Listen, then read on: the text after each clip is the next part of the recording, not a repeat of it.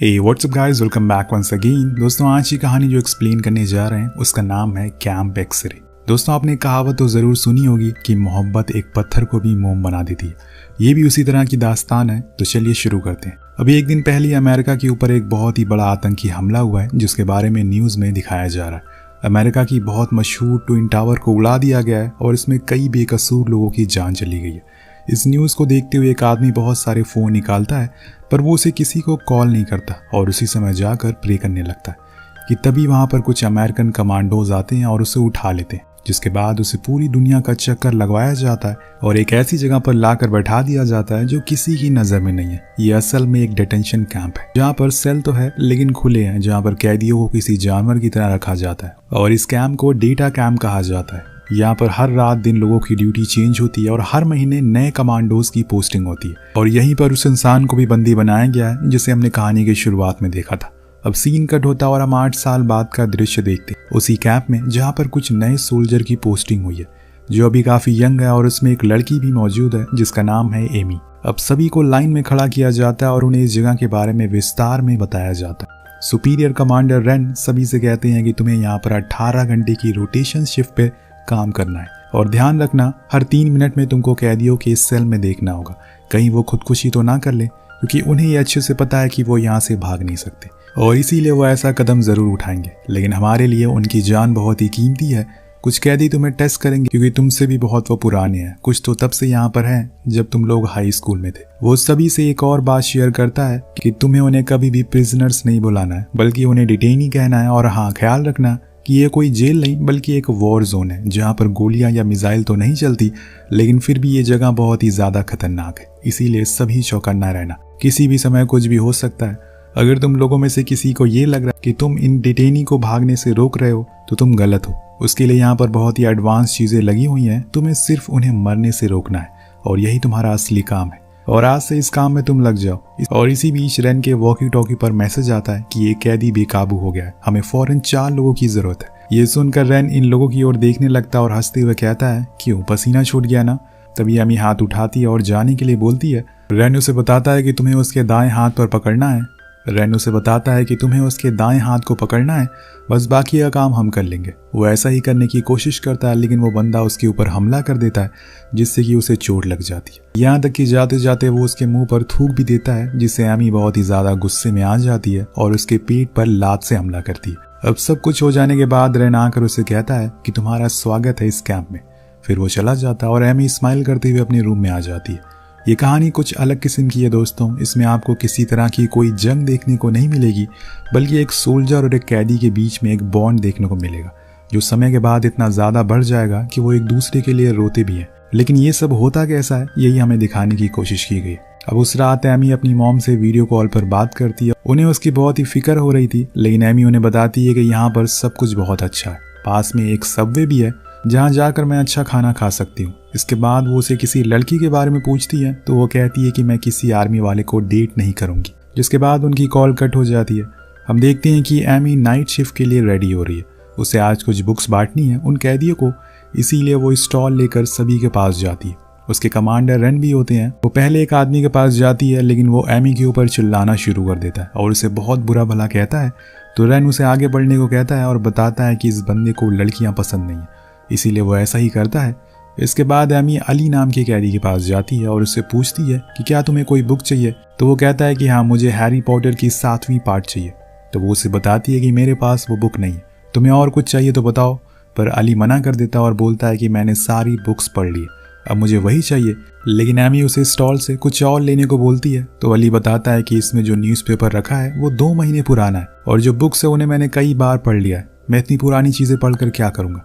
तभी वहाँ पर रेन आ जाता है और उसे वहाँ से जाने को कहता है। कुछ दिन बाद फिर से एमी की नाइट शिफ्ट लगती है। इस बारी वो अली से बात ना करने की कोशिश करती क्योंकि ऐसा करना यहाँ पे रूल्स के खिलाफ है। लेकिन फिर भी अली उसे पूछता है कि तुम कहाँ से हो। वो कुछ जवाब नहीं देती तो अली खुद के बारे में बताता है और कहता है कि मेरा नाम अली है, मुझे यहाँ पर लोग 771 के नाम से बुलाते हैं, मैं बहुत सालों से यहाँ पर बंद हूँ। वो उसे उसका नाम पूछता है लेकिन वो नहीं बताती तो अली खुद से उसे नाम दे देता है जो कि होता है ब्लॉन्डी, मतलब ब्लॉन्ड गर्ल। अब इसके बाद वो आगे बढ़ जाती है और कहती है कि हमें ज़्यादा बात नहीं करनी चाहिए। वो अपना राउंड लगाना शुरू करती है पर वो फिर भी उसे आवाज़ लगाता रहता है। तभी एमी उसे पूछती है कि क्या तुम अपनी होली बुक पढ़ते हो जो कि कुरान है। तो वो कहता है कि हाँ, मैंने ये बहुत बार पढ़ लिया और मैंने तो बाइबल भी पढ़ी है, लेकिन उसकी एंडिंग मुझे पसंद नहीं आई। ये सुनकर एमी मुस्कुराने लगती है और कहती है कि तुमने मेरी बुक की इंसल्ट नहीं करनी चाहिए। अब अली उसे पानी मांगता है जिसके लिए वो जाती है। तभी उसके साइड वाला कैदी जो कि बहुत ही खूंखार होता है, वो उसे उस लड़की के साथ इतने अच्छे से पेश आने के लिए बहुत सुनाता और उसे साथ कुछ बुरा करने के लिए कहता है। तो जब एमी पानी लेकर वापस आती है तो वो उसके ऊपर अपना पूप फेंक देता है। उसके इस बिहेवियर में अचानक से बदलाव आ गया था। यहाँ एमी बहुत ही ज्यादा गुस्सा हो जाती है और उसे बहुत गालियां भी देती है, पर वहाँ मौजूद सभी कैदी इस चीज के बाद बहुत ही हंसते हैं और उसका मजाक बनाते हैं। जिसके बाद अली के ऊपर एक स्प्रे मारा जाता है जिससे उसे थोड़ी तकलीफ भी होती है। जब इस बारे में कमांडर रेन को पता चलता है तो अली को पनिश करने का ऑर्डर दिया जाता है।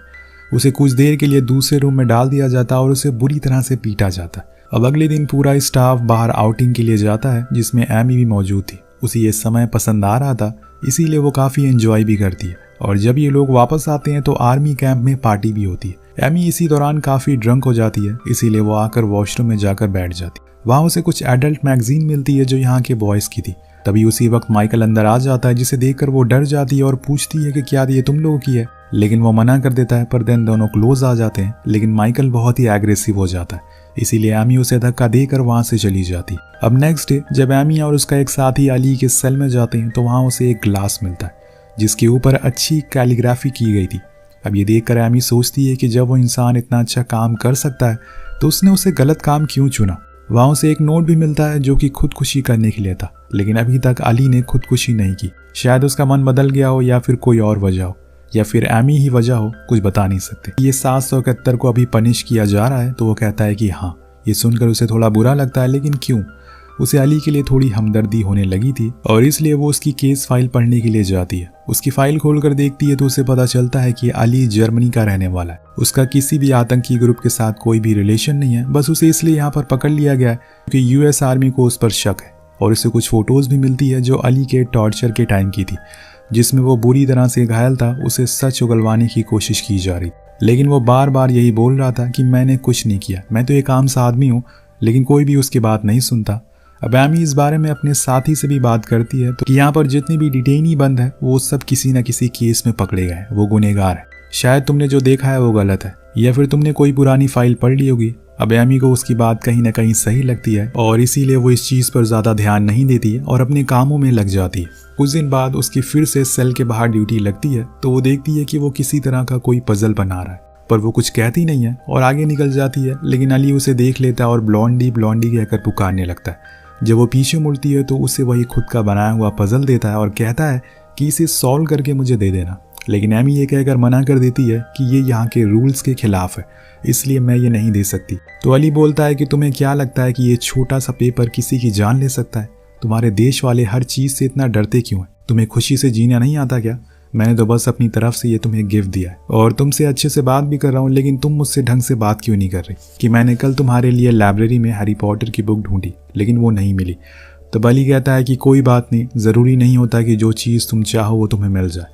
पर एमी के चेहरे से साफ साफ पता चल रहा था कि उसे बुरा लग रहा है, लेकिन वो कुछ कहती नहीं है और चुपचाप वहाँ से चली जाती। अब इसी तरह से 8 महीने बीत जाते हैं। एमी को अब यहाँ पर रहते हुए आदत सी हो गई है, उसे हर चीज के बारे में पता चल चुका है, वो माहौल में ढल चुकी है। इसीलिए अब जब वो सभी को खाना दे रही होती है तो कोई भी खाना नहीं लेता और इनकार कर देता है क्योंकि उस फ्लोर पर मौजूद सभी कैदियों को हंगर स्ट्राइक चल रही होती है।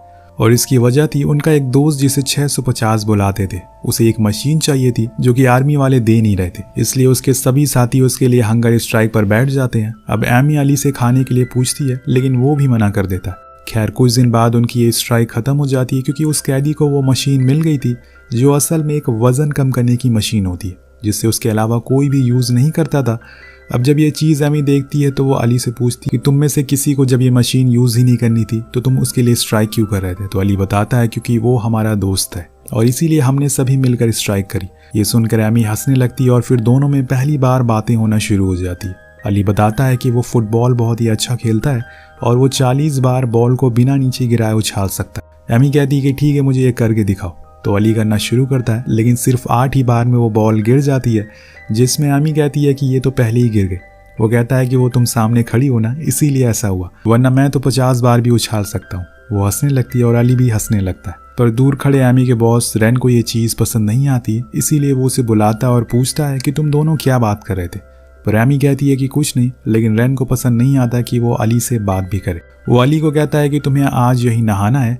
अब एमी ये सुनकर वहाँ से जाने लगती है क्योंकि ये रूल्स के खिलाफ है, लेकिन रेन उसे वहीं रुकने को बोलता है। अली ऐसा करने से मना करता है क्योंकि ये उसके धर्म के मुताबिक गलत है, लेकिन रेन नहीं मानता और एमी को ज़बरदस्ती उसे दिखाता है, जिससे उसे काफ़ी बुरा लगता है और अली को बहुत ज़्यादा एम्बैरेसमेंट होती है। अब थोड़ी देर बाद जब वो अपने रूम में जाती है तो उसे पता चलता है कि ये असल में अरेबिक नॉर्म्स रूल के खिलाफ है और इसके लिए उसे पनिश भी किया जाता है। इसीलिए वो अपने बड़े ऑफिसर जेम के पास जाती है, उसे उस दिन की पूरी सिचुएशन बताती है, लेकिन जेम्स रेन के खिलाफ एक्शन लेने से मना कर देता है क्योंकि वो एमी का सीनियर है और यहाँ काफ़ी सालों से वो उसका नाम नहीं खराब करना चाहता था। अब एमी को ये सुनकर बुरा लगता, पर वो कुछ कर भी नहीं सकती, इसीलिए वो वापस आ जाती है और अपने कामों में लग जाती है। अब नेक्स्ट डे जब वो खाना खा रही होती है कि तभी उसके पास रेन आता है। उसे पता चल चुका था कि एमी ने उसके खिलाफ कंप्लेन करने की कोशिश करी है, लेकिन वो हो नहीं पाई, इसीलिए वो उसे धमका कर वहां से चला जाता है। अब एमी को यहाँ पर दिन काटने मुश्किल हो रहे थे। उसे पता नहीं क्यों ऐसा लगने लगा था कि जो कुछ भी यहाँ पर हो रहा है वो गलत है। यहाँ पर उन लोगों को भी कैद करके रखा हुआ है जिनका कोई भी कसूर नहीं है, जैसे कि अली, वो बेकसूर है। अब दूसरे दिन हम अली को देखते हैं जो तैयार होता है और बार बार घड़ी की तरफ देखता रहता है क्योंकि इसी टाइम एमी आती है, लेकिन काफ़ी देर हो जाती है और वो नहीं आती। तो वो वहाँ पे मौजूद गार्ड से पूछता है कि यहाँ पर एक लड़की आती थी, वो कहाँ गई है। वो गार्ड बताता है कि उसकी ड्यूटी अब नाइट शिफ्ट में लग गई है। अब जब एमी रात में आती है तो अली सोता रहता है, इसीलिए वो उसे परेशान ना करके चुपचाप राउंड लगाने लगती है, लेकिन अली को पता चल गया था कि वो आई है, इसीलिए वो उठ जाता और उसे आवाज़ लगाने लगता है। वो उसके पास आती है, तब अली पूछता है कि तुम इस टाइम क्या कर रही हो। वो बताती है कि मेरी नाइट ड्यूटी आज से लगा दी गई है, अब तुम सो जाओ, तुम्हारी नींद खराब हो जाएगी। लेकिन वो नहीं मानता, जिसके बाद वो दोनों फिर से बात करना शुरू कर देते हैं। वो उसे पूछती है कि आखिर तुम्हें यहाँ पर क्यों बंद करा है, जिसके जवाब में अली कहता है कि मैंने कुछ भी नहीं करा है, ना ही मैं किसी ग्रुप के साथ हूँ। मैं तो जर्मनी में एक मामूली सी जॉब करता हूँ, लेकिन पता नहीं क्यों ये लोग मुझे यहाँ पर बंद करके रखे हुए हैं। जिसके बाद वो उसे पूछता है कि वो कहाँ से है, तो एमी बिना किसी झिझक से कहती है कि घर से। वो मजाक करती है उसके साथ। दरअसल आज 14 जनवरी है और अगले महीने एमी यहाँ से जाने वाली है क्योंकि हर साल यहाँ पर नए सोल्जर आते हैं और ये बात अली को भी अच्छे से पता है। इसीलिए वो उससे कहता है कि उसने अभी तक यहाँ पर 12 साल बिताए, लेकिन उससे अच्छी कोई भी सोल्जर उसे दिखी नहीं जिसे हम जैसे लोगों के इमोशन की कदर हो, वरना कुछ लोग तो हमें जानवर समझते हैं, जबकि मेरा कोई कसूर भी नहीं है। जिनका कसूर है वो खुलेआम घूम रहे हैं। अब एमी उसकी बात सुनकर उदास हो जाती है। उसके आंसू गिरने ही वाले होते हैं, लेकिन वो उनको रोक लेती है। लेकिन दोस्तों, अब अली थक चुका है, वो जिंदगी से हार गया है। अब शायद वो कभी यहाँ से बाहर नहीं निकल पाएगा, इसीलिए वो एक ब्लेड निकालता है और खुद को मारने के लिए बैठ जाता है। एमी उसे ऐसा करने से मना करती है, लेकिन अली बताता है कि यहाँ पर सभी को पता है कि मैं बेकसूर हूँ, लेकिन कोई कुछ करता ही नहीं है। मैं थक चुका हूँ ये जिंदगी जीकर। और तब जाकर एमी उसे खुद के बारे में बताना शुरू करती है, जो कि रूल्स के खिलाफ है, लेकिन उसे अब कोई फर्क नहीं पड़ता। वो कहती है कि मेरा नाम एमी है, मैं फ्लोरिडा में रहती हूँ। इसके बाद उन दोनों में बहुत सी बातें होती है। कुछ देर बाद एमी वहाँ से थोड़ा आगे निकल जाती है और वहाँ जाकर वो खूब रोती है। वो उसके सामने आंसू नहीं निकाल सकती थी। कुछ समय बीत जाता है और वो धीमे कदम से आगे बढ़ती है, ये देखने के लिए कि कहीं उसने सच में खुद को मार तो नहीं लिया। लेकिन अली अभी भी बैठा हुआ था, वो रो रहा था। उसे देखकर एमी भी रोने लगती है और वो उसके दर्द को समझ रही थी कि अपने परिवार से दूर रहना कैसा लगता है। अब एमी उसके सेल का छोटा गेट खोलती है और उससे कहती है कि लाओ वो ब्लेड मुझे दे दो। अली उसे वो सौंप देता है, लेकिन एमी उसका हाथ नहीं छोड़ती क्योंकि उसे पता था कि कुछ दिन में वो दोनों अलग हो जाएंगे। अली बहुत रोता है, उसे उसकी ज़िंदगी में खुश रहने की दुआ देता है। उधर एमी उसका हाथ छोड़ ही नहीं रही थी। उसे इतने ही कम दिनों में अली से बहुत ही ज़्यादा लगाव हो गया था। उसने उसके लिए सभी रूल्स को तोड़ दिया था बिना किसी झिझक के। उसे बात करने लगी, लेकिन तभी कुछ हलचल होती है और शायद कोई आ रहा है, इसलिए एमी वहाँ से चली जाती है। अब महीने बीत जाते हैं और अब वो समय आ गया था जब एमी को यहाँ से जाना है। वो आखिरी बार भी अली से नहीं मिलती और ऐसे ही चली जाती है। अब उस दिन एक नया सोल्जर आता है और सभी को बुक देने के लिए। अली उसे वही सब सवाल करता है जो उसने एमी से किया था, लेकिन वो सोल्जर उसे रूडली बिहेव करता है। तभी अली को एक नई बुक उसके शेल्फ पर दिखाई देती है। वो उसे वो बुक मांग लेता है और जब वो उस बुक का पहला पेज खोलता है तो उसमें लिखा था कि मुझे ये नहीं पता कि तुम्हारा दोस्त सेप एक अच्छा इंसान है या फिर नहीं है, लेकिन मैं इतना जरूर जानती हूँ कि तुम एक अच्छे इंसान हो। और वो इस लाइन को पढ़कर रोने लगता है। ये लाइन एमी ने लिखी थी। वो उसे देखकर बहुत ही ज्यादा इमोशनल हो जाता और कोने में जाकर बैठ जाता है। उधर एमी भी जाते हुए बिना किसी को दिखाए अपने आंसू को लगातार गिराए जा रही थी। एक ऐसे इंसान के लिए जिसके बारे में उसे कुछ नहीं पता है, बस इतना यकीन है कि वो बेकसूर है, वो भी उसकी तरह एक आम इंसान है।